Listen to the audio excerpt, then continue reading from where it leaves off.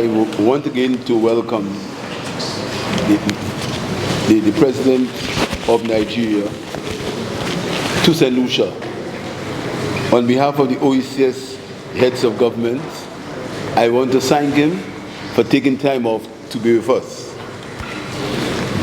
This morning, we held a joint session of Parliament where you heard from the President on his vision for the future relationship between the OECS and Nigeria.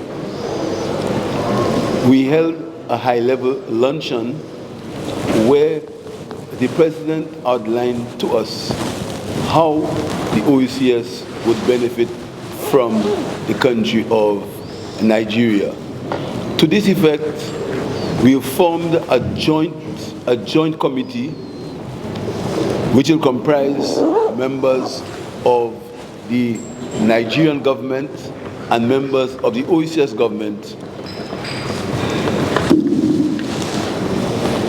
We have formed a joint committee which will comprise members of the Nigerian government and members of the OECS to deal with some pressing issues: education, air travel, trade, and tourism.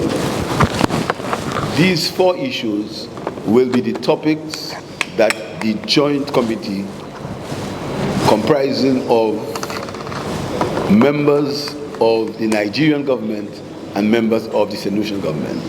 Our discussions were very fruitful, and I want to thank the President for agreeing so we can have some instant results from our meeting this morning. And again, on behalf of the OECS, I want to thank the President for his incisiveness and his wanting for our two countries, for our two St. Lucia and the OECS and Nigeria, for us to get closer together for the shared benefits of our people. As you know, we share a common history, we share a common identity, and we share a common culture. And our two countries will strengthen these relations, the OECS and Nigeria. How soon should we see those plans unfolding, and also in more specific terms, the scholarship component? Well, I am very pleased that the President immediately instructed that a committee should be formed, or will be formed. That is going to happen almost immediately. We've named our OECS side, and the President has named his Nigerian side. We expect the scholarships to happen in the next academic year. We expect students to be studying in Nigeria in the next academic year, based on the fact that the President has instructed that that should happen, and the committee will deal with it. So in the next year, we expect the scholarships to begin. You have indicated interest to work together, and the President of Nigeria has mentioned and announced some programs to come from Nigeria. What specific follow-up should we expect in terms of framework? What should your people be expecting regarding these programs that Mr. President of Nigeria has mentioned? Well, as I said before, we have immediate action. The Director General of the OECS will meet with the Private Secretary of the President to put that committee together. The names have already been mentioned. The folks involved have already been identified. In fact, it's possibly the first time that we've had such immediate action to form a committee immediately. That happened today. So I want to tell you that we are buoyed by that. And I'm sure with the President's instructions and the President's goodwill and the way he has expressed his desire to help the region, we expect immediate and tangible results, particularly on what the President calls the low-hanging fruits, which in that case would be the scholarships and the visa requirements. We expect that to happen almost immediately, as I said, probably within the next academic year, as far as the scholarships are concerned.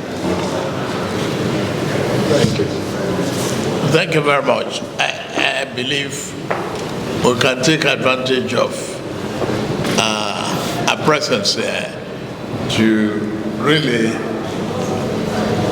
get from the fruit that is lower to us and enrich the opportunity that we have right here.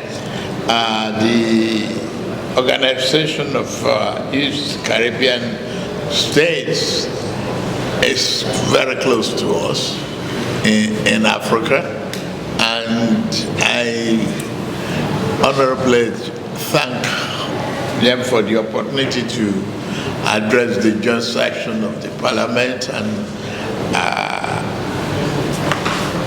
ready to actualize our, dreams of getting closer to facilitate, business opportunities, education opportunities, capacity building, and look at other areas of agriculture and food security. We can easily do that by having, a working commission. And we don't have to look further away. The organization themselves, they've indicated the number of, actually, the Director General of the OECS. We work with my personal private secretary. The name of those we needed has been indicated, and we are moving forward from there. We won't drop the ball. I know we spoke about as well low-hanging fruit, those areas that we can attack quickly. What would be one of the more difficult, or some of the more difficult areas to tackle? I don't look at difficulties. I look at problem solving, and that is why the working lunch promoted that quick understanding of what could be your expectation of difficulty, and just a little melting point in bureaucracy. If we work less and take a geometric definition of straight line, which is the quickest point between 2 points. So if we move on a straight line, we get our goal achieved quicker, and there will be no problems. Thank you very much. We've come to the end of this first briefing.